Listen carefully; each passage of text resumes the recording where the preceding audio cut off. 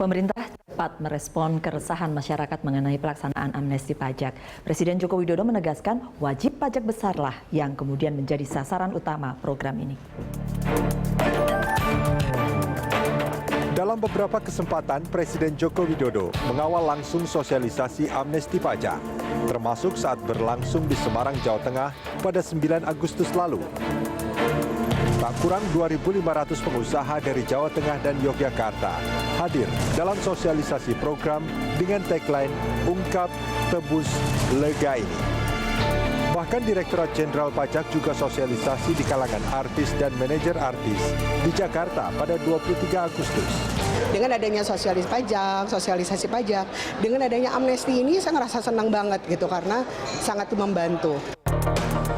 Meskipun sosialisasi gencar, salah paham masih terjadi. Bahkan ada petisi menolak amnesti pajak di change.org. Banyak orang juga salah paham mengenai sasaran amnesti pajak, sehingga ramai tagar stop bayar pajak di media sosial. Untungnya, pemerintah lekas menjawab keresahan tadi. Teks amnesti ini memang sasarannya adalah pembayar pajak besar. Utamanya yang menaruh uangnya di luar. Hingga 2 September 2016 pukul 8 waktu Indonesia Barat, realisasi uang tebusan masih 3,69 triliun rupiah. Sementara dana repatriasi mencapai 10,9 triliun rupiah. Pemerintah, khususnya Direktorat Jenderal Pajak, harus melipat gandakan kerja untuk mengejar target uang tebusan 165 triliun rupiah.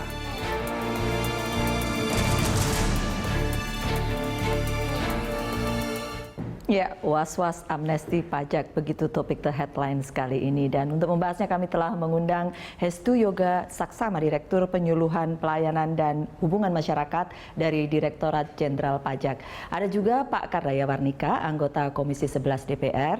Dan kemudian di sebelah kiri saya ada Pak Sofyan Wanandi, Ketua Dewan Pertimbangan Apindo, begitu ya Pak ya, Pak yang punya Apindo Pak Sofyan Wanandi, dan kemudian ada Bang Don Bosco Selamun, pemimpin redaksi Berita Satu News Channel. Bapak-bapak, terima kasih, selamat datang di The Headlines. Pemerintah, Presiden jadi pemadam kebakaran kemarin. Ya, heboh pajak ini mencerminkan betapa pentingnya komunikasi yang benar. Jadi kalau dikomunikasikan dengan cara yang benar, menggunakan bahasa yang benar, menggunakan device yang benar atau platform yang benar, itu juga akan menghasilkan respon yang benar.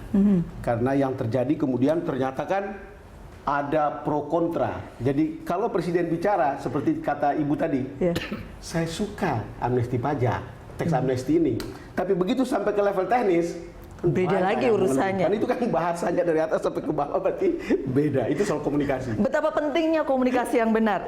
DPR yang buat undang-undangnya waktu itu, yang menyetujui undang-undang ini. Ya, jadi begini, kita coba lihat ke belakang ya, pada waktu undang-undang ini dibahas.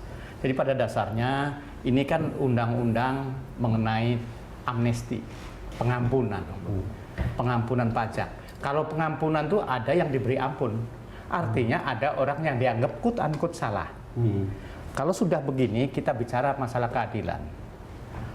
Sebelum undang-undang ini kita bahas, kita sudah mengundang berbagai pihak. Apindo kita undang sebagai badan atau sebagai perkumpulan yang sebagai promotor utama lah. Lalu dari kampus-kampus kita undang, dari berbagai kita undang supaya. Nah, Pak Kardaya, teks amnesti ini kan pilihan begitu ya. Tetapi kemudian kemarin itu kejadian seakan-akan orang kecil, orang yang mestinya wajib, bahkan yang nggak punya. Makanya saya dari awal itu, lalu kalau kita bicara masalah keadilan saja, kita tidak menyetujui teks amnesti ini. Tidak menyetujui. Kenapa kita menyetujui? Karena pemerintah sekarang mengalami krisis pendapatan. Oke, tapi kan intinya sudah disetujui sekarang. Makanya sudah disetujui. Tentunya harus tahu dulu kenapa disetujui. Ibaratnya orang Islam ini Kalau orang Islam terdampar di gurun pasir, tidak ada makanan lain, hanya ada sarden dalam bentuk daging babi gitu, terpaksa dimakan. Oke. Nah ini juga sama, ini karena dalam keadaan pemerintah ini dalam keadaan negara ini krisis pendapatan, maka kita masuk. Dari awal kita khawatir terhadap masalah sosialisasi. Karena masalah ini terkait dengan percaya atau tidak percaya, trust. Membikin trust kepada para wajib pajak. Yang namanya repatriasi ke sini, ke dalam negeri, itu dua kata kuncinya. Pertama aman dan nyaman. Kalau merasa aman dan nyaman, itu otomatis dia akan datang. Nah, inilah yang kita khawatir, sehingga pada awal DPR itu meminta mestinya ada kasih waktu sosialisasi dulu yang panjang. Jadi sosialisasinya yang Pak Kardaya sangat tekankan ya. Boleh dari pengusaha Pak Sofyan, sebenarnya kan sasaran sosialisasi ke sana. Ya. Saya pikir yang paling penting ya, saya pikir mungkin ada, kita tentu persepsinya lain. Kalau DPR merasa ingin membantu pemerintah mendapatkan, kita pada saat itu bicara sama pemerintah itu bukan untuk itu. Tujuan utama kita adalah memperbesar daripada basic pajak kita. Karena kita tahu basis pajak kita di bawah 11% yang bayar pajak di Indonesia. Rata-rata negara Asia itu di atas 15%. Yang kedua adalah kita mau betul-betul sekarang kita kesempatan dengan adanya keterbukaan informasi di luar negeri tahun 2018, semua orang-orang siapapun yang punya luar negeri akan membuka. Karena tidak ada rahasia daripada itu. Maka kita sebagai pengusaha melihat, ya sudah, daripada investasi di luar, bagaimana kita investasi kembali ke dalam. Tapi kalau kita balik ke dalam, ya, sebab belum tentu uang itu uang yang kita bawa lari.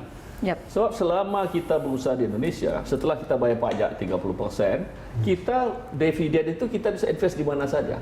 Dan itu kita lakukan puluhan tahun lamanya, ya. Saya punya pabrik di mana? Di luar negeri, karena saya merasa di sana lebih untung saya.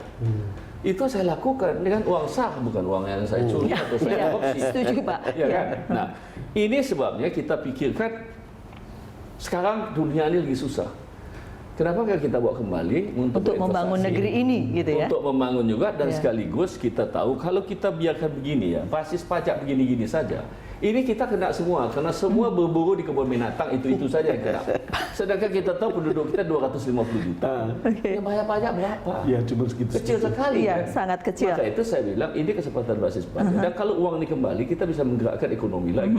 Cuma kalau ini uang kembali, kita harus bayar sebelum uang kembali 30% daripada pajak. Nggak ada yang mau kembali. Oke, Pak, boleh sedikit saja. Kalau misalnya tadi kita bahas tentang pentingnya komunikasi, kenapa bisa sampai salah persepsi masyarakat? Saya pikir begini ya, memang persiapan daripada semua ini menurut saya memang singkat sekali. Jadi kita melihat memang sosialisasi itu singkat, tapi pada saat kita lihat masalah itu, kita pikirkan begini, iya kalau disosialisasikan lama-lama di Indonesia ini, nggak jadi barang itu. Jadi kita diam aja pengusaha. Oke, sosialisasi boleh singkat, tetapi komunikasi harus tepat, begitu ya. Sebelum ke Pak Yoga, saya punya statement dari Pak FX Hadi Rudiatmo, itu wali kota Solo ya. Ini pernyataan Pak Hadi. Menurut Hadi, belet pengampunan pajak bertujuan untuk memulangkan kembali harta milik wajib pajak yang selama ini berada di luar negeri. Tapi pada kenyataannya justru sosialisasinya lebih gencar di dalam negeri. Hadi berharap pengampunan pajak dapat diterapkan seperti tujuan awal, yaitu memulangkan harta yang selama ini berada di luar negeri, sehingga bisa menggerakkan perekonomian. Kayaknya Pak Yoga harus jawab ini. Ya, baik, terima kasih. Jadi sebenarnya melakukan sosialisasi di dalam negeri itu juga nggak ada yang salah. Pertama, yang kami undang itu pengusaha, ya kan begitu. Bukan yang lapisan memang harusnya tidak ada urusan dengan pajak seperti masyarakat berpenghasilan kecil. Dari 300.000 sekian sampai minggu lalu yang kami data, kami lakukan sosialisasi termasuk yang dibawakan langsung oleh Bapak Presiden bersama Apindo segala macam, itu pengusaha semua. Oke, jadi analisa Pak Yoga apa? Nah, ternyata bisa jadi seperti ini. Ini awareness ini yang luar biasa, Bu. Ketika sosialisasi masif dilakukan, ternyata awareness-nya itu menyentuh pada kalangan-kalangan yang seharusnya tidak menjadi sasaran tax amnesty. Contoh lucunya aja, pembantu rumah tangga pun tanya, loh, aku punya tanah warisan orang tua, mesti ikut tax amnesty nggak? Aku ikut tax amnesty, bayar berapa? Nah ini yang kami nggak duga. Kok bisa sampai segitu? Nah, ini itu sisi dia. positif, animonya mungkin besar begitu ya. Artinya perhatian masyarakat besar, tetapi perhatian satu hal Bang, kalau salah persepsi bisa jadi beda gitu kan? Itu tadi saya bilang bahasanya berbeda. Bahasanya yang berbeda. disampaikan di atas dan yang kemudian terdengar sampai ke bawah itu berbeda. Akibatnya itu bias. Jadi ketika apalagi ada kelompok yang membuat itu bias. Kalau bahasanya Pak Pramono Anung itu ada orang yang memframing. Tetapi maksud saya ya dalam kondisi seperti ini ketika orang bicara tentang uang itu sangat langsung berkaitan dengan kepentingan individu siapapun. Jadi ini sesuatu yang setiap orang kupingnya langsung lebih lebar mendengar, matanya langsung lebih besar melotot untuk lihat, tetapi tidak ada hal yang persis seperti apa. Tidak ada hal yang persis seperti apa, akhirnya informasi itu begitu banyak sampai di publik. Komentar Pak Edi. Ya, memang mungkin kami akui juga bahwa ada kelemahan di situ ya ketika kami mencoba membangun awareness yang sebenarnya untuk pengusaha saja, wajib pajak saja, tetapi ketika responnya awareness itu juga kepada seluruh lapisan masyarakat sampai yang terbawah atau pensiunan yang seharusnya memang sudah pensiunannya sampai pingsan. Gaji kita dilapor hartanya 4,5 miliar, lalu diminta pajak teks amnesti 90 miliar. Coba bayang itu Pak Sofyan. Itu menurut cerita yang berkembang di medsos kan. Nah, kemudian ada itu. ada itu, Pak. Artinya ketika mereka itu akhirnya datang berbondong-bondong ke kantor pajak, bertanya ke petugas-petugas kami ini kami akui sosialisasinya kan juga sekian bulan. Oke. Kita boleh jeda dulu, kami akan kembali untuk Anda selepas pariwara berikut.